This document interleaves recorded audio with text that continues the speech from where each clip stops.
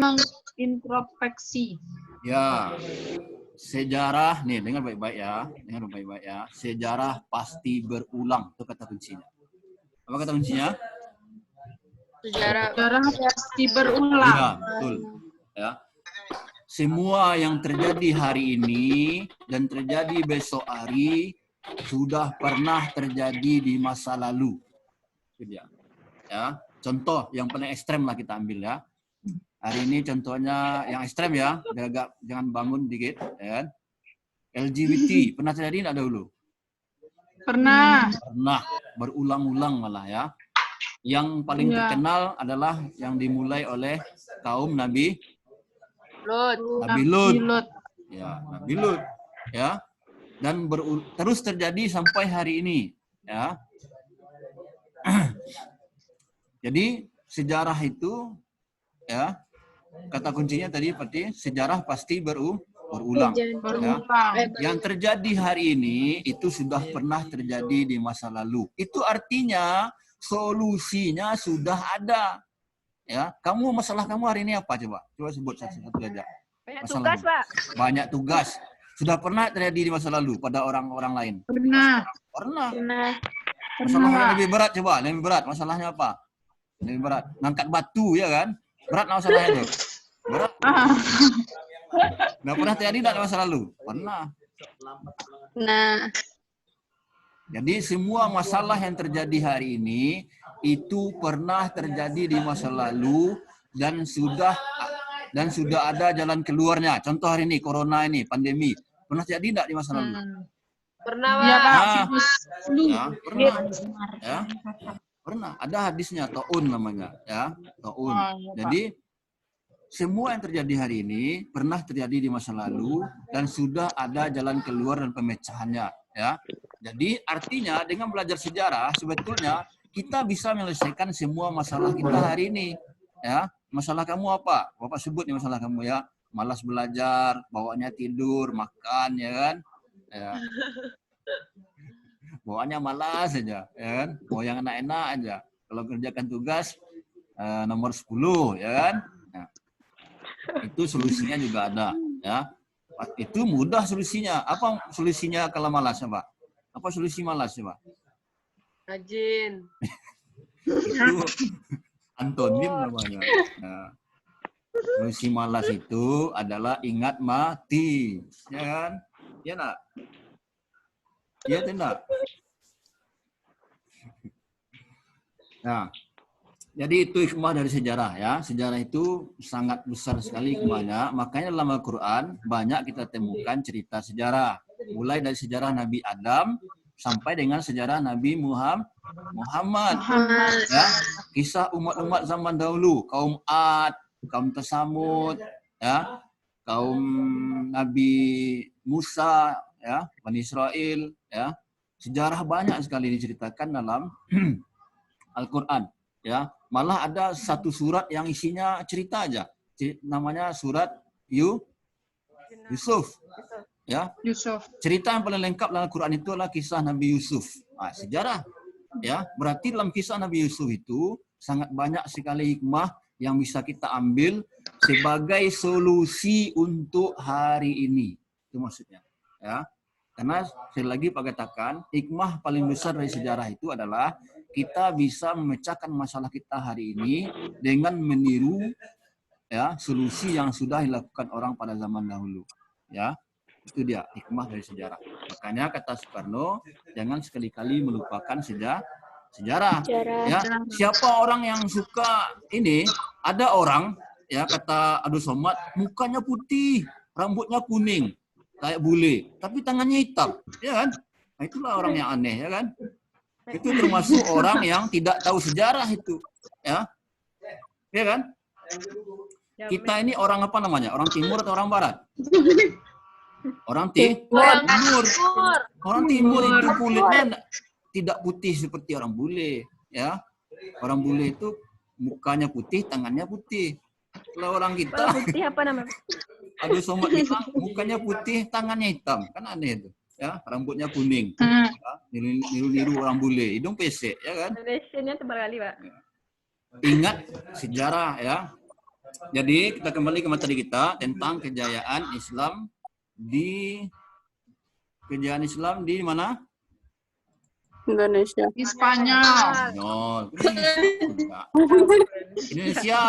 Indonesia apa? Benua apa Indonesia? Indonesia benua apa? Asia. Ya. Afrika lagi. Ya kan? Benua Asia, Pak. Apa nama-nama benua di dunia coba? Benua apa? Asia. Asia, Afrika, Australia. Afrika. Apa tunjuklah? Afifah coba sebut. Asia, Afrika, Terus. Australia, Ya, apa lagi? Eropa, Apa? Amerika. Ya apa lagi? Nggak tahu. Nggak tahu. Habis. Kalau Arab benua apa? Arab Saudi benua apa? Hah? Benua Arab, ayo. ayo, benua Arab kan? Ayo. Coba Farah Madinah. Mesir benua apa coba? Mesir, Afrika, Pak. Mantap. Mantap ya. Banyak ya, Oceania ya kan? Ya. Baik. Jadi nanti kamu baca sendiri ya, Bapak udah kasih materinya, kamu baca. Bapak hanya memberikan kilasan ya, inti-intinya ya. Jadi zaman dahulu Spanyol itu pernah menjadi kerajaan Islam, namanya Kerajaan Andalusia selama hampir 800 tahun. Ya, pada masa itu ada dua kerajaan yang paling besar di muka bumi, kedua-duanya kerajaan Islam. Satu Andalusia yang berada di benua Eropa di Spanyol, satu lagi adalah kerajaan Bani Abbasiyah yang berada di Baghdad. Ya, Baghdad itu apa negaranya sekarang? Negara apa Baghdad itu? Irak. Hah? Baghdad negara apa? Di negara apa adanya?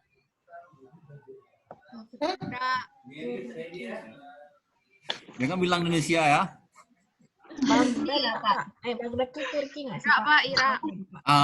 Irak. Baghdad itu di Irak. Jadi zaman dahulu ada dua kerajaan yang besar. Satu kerajaan Bani Umayyah yang berada di kerajaan Andalusia yang ada di Spanyol, di benua Eropa. Satu lagi adalah kerajaan Bani Abbasiyah yang ada di Baghdad. Itu dua kerajaan besar di muka bumi. Yang kalau zaman sekarang kita bandingkan mungkin Amerika ya dengan Jerman gitu ya, yang hari ini dianggap besar. Jadi Andalusia itu kerajaan besar ya. Kita umpamakanlah dengan Amerika hari ini. Mereka menguasai ilmu pengetahuan, menguasai perekonomian ya, menguasai segala macam ilmu ya. Mereka sangat memiliki ilmu yang sangat luar biasa ya.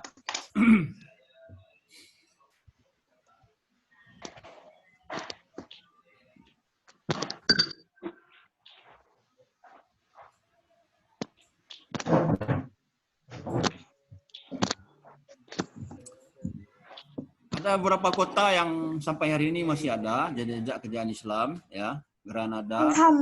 Ya, Granada itu ada Istana Alhambra. Kalau di Duri namanya Jalan Alhambra ya, mungkin mengambil dari situ mungkin ya. Maka mengapa disebut Alhambra? Karena ini dia nih. Ini istananya, kalau kita lihat warnanya seperti kemerahan. Alhambra itu artinya kemerah-merahan ya. Cordoba ya, Cordoba itu juga ada kerajaan peninggalan Islam berupa istana yang besar ya. Kemudian Sevilla ya, ada menara yang di masa itu menara terbesar, tertinggi dan terhebat ya, menara masjid ya, yang sekarang diubah menjadi gereja.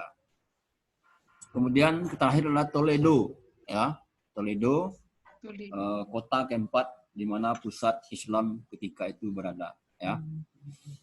Sampai hari ini masih tersisa, cuma tidak dipakai lagi sebagai rumah ibadah ya, Alhambra, Istana Alhambra. Kamu lihat yang video yang Pak bagikan, itu adalah kunjungan dari Net TV ke Spanyol, ke bekas-bekas kejayaan Islam. Ada Istana Alhambra ya.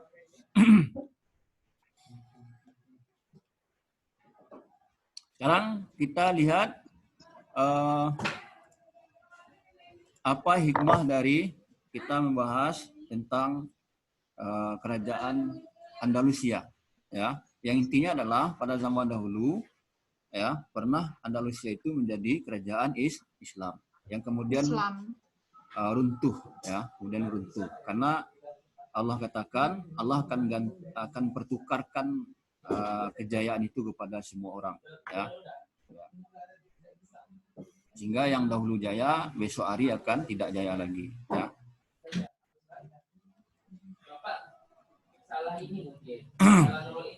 Perlu kamu ketahui, ya, ketika Islam jatuh di Andalusia, ya, orang-orang Islam di Spanyol itu diberi dua pilihan, ya. Mereka boleh tinggal di Spanyol tapi pindah agama, atau mereka diusir dari Spanyol, atau mereka dibunuh, ya.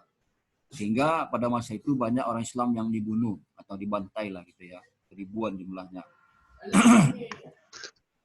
Dan juga atau mereka dipaksa untuk masuk agama Kristen, ya, dipaksa harus masuk Kristen, atau mereka diusir atau mereka dibunuh, ya, kalau tidak masuk agama Kristen.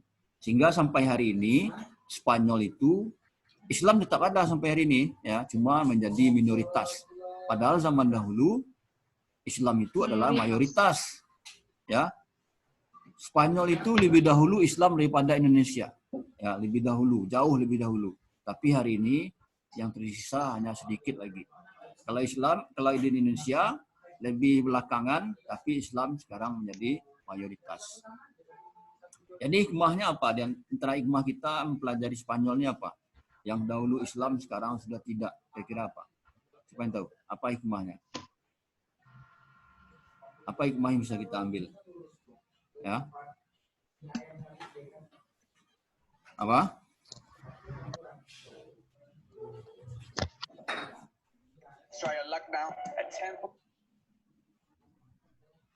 Mutiara, coba. Apa hikmah yang bisa kita ambil? Nanti teksnya dibaca, ya, karena anak sempat kita baca hari ini. Nanti kamu baca lagi, ya, teks tentang kejayaan Spanyol, kejayaan Islam di Spanyol. Apa hikmahnya kira-kira? Dahulu Islam pernah berkuasa 800 tahun. Tapi sekarang hari ini tidak lagi. Apa hikmahnya coba? Hikmahnya adalah bahwa, coba, Amanda, ke kacamata.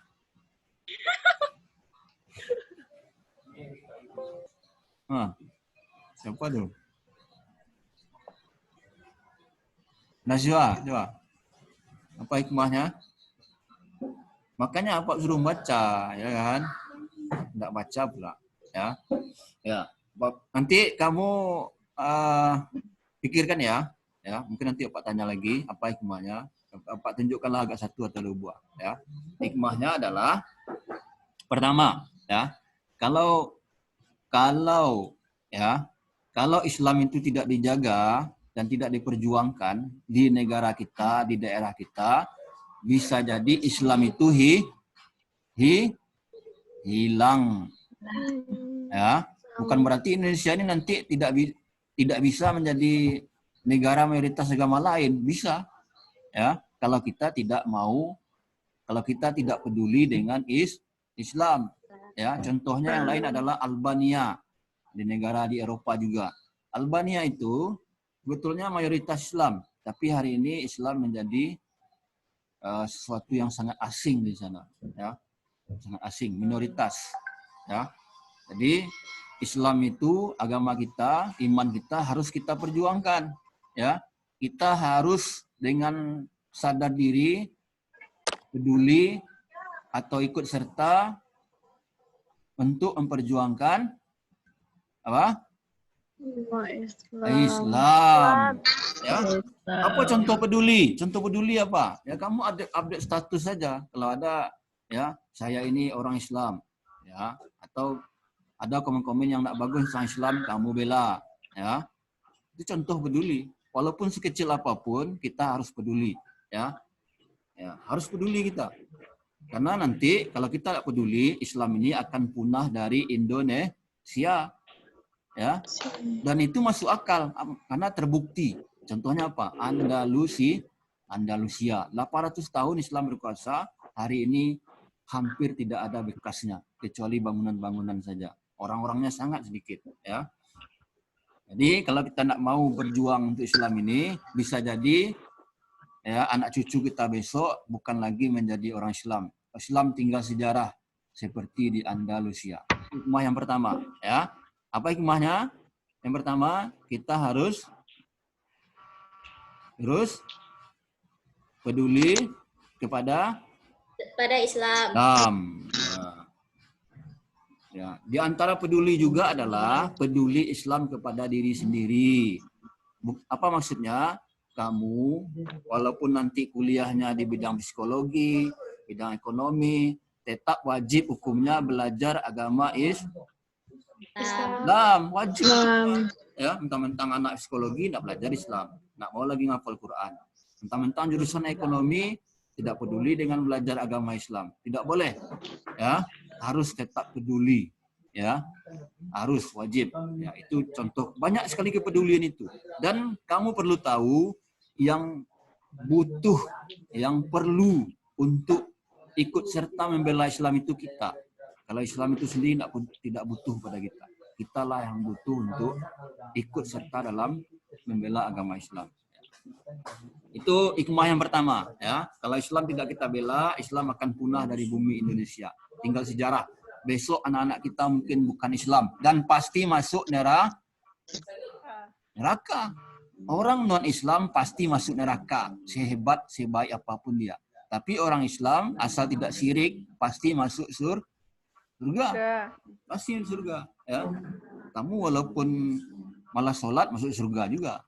Ya, cuma ada cumanya, ya kan? Cuma ketemu artis Hollywood dulu, ya kan? Itu hikmah yang pertama. Ya. Itu hikmah yang pertama. Ya, apa hikmah yang kedua coba? Nanti kamu cari 3 hikmah lagi ya. Jadi cukup 5. Nanti Bapak tanya nanti. Siapa yang nak tanya tidak mencari harus dibaca dulu apanya teksnya ya. Gasnya yang pasti apa, Pak? Apa hikmah yang kedua? Coba. Apa? Teksnya udah punya semua kan? Pak bagi kemarin dengan Walas. Udah, Pak. Nah, ya. Baca ya, dibaca ya, sambil tidur, sambil apa dibaca. Hikmah yang kedua apa? Dari kita belajar sejarah Andalusia. Islam di Spanyol yang dulu jaya, sekarang udah musnah. Apa? Apa hikmahnya?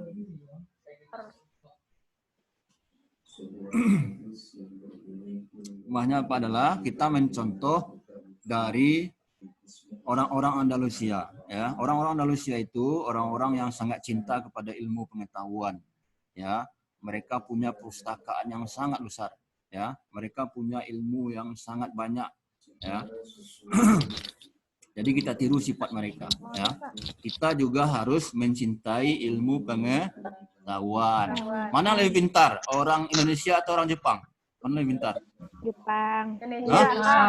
Hah? Indonesia. Jawaban yang adil, coba. Jawaban yang adil, coba. Jawaban yang adil, coba. Hah? Indonesia, Nah, Pak. kalau kita mau adil, sama-sama pintar, ya nggak? Oh, gitu. Ya kan? Oh iya Pak. Tapi mengapa kita katakanlah ya di bidang teknologi, ekonomi kalah dengan Jepang? Mengapa? Mengapa? Ingat ya, Bapak ulang sekali lagi, kita itu otaknya tidak kalah pintar.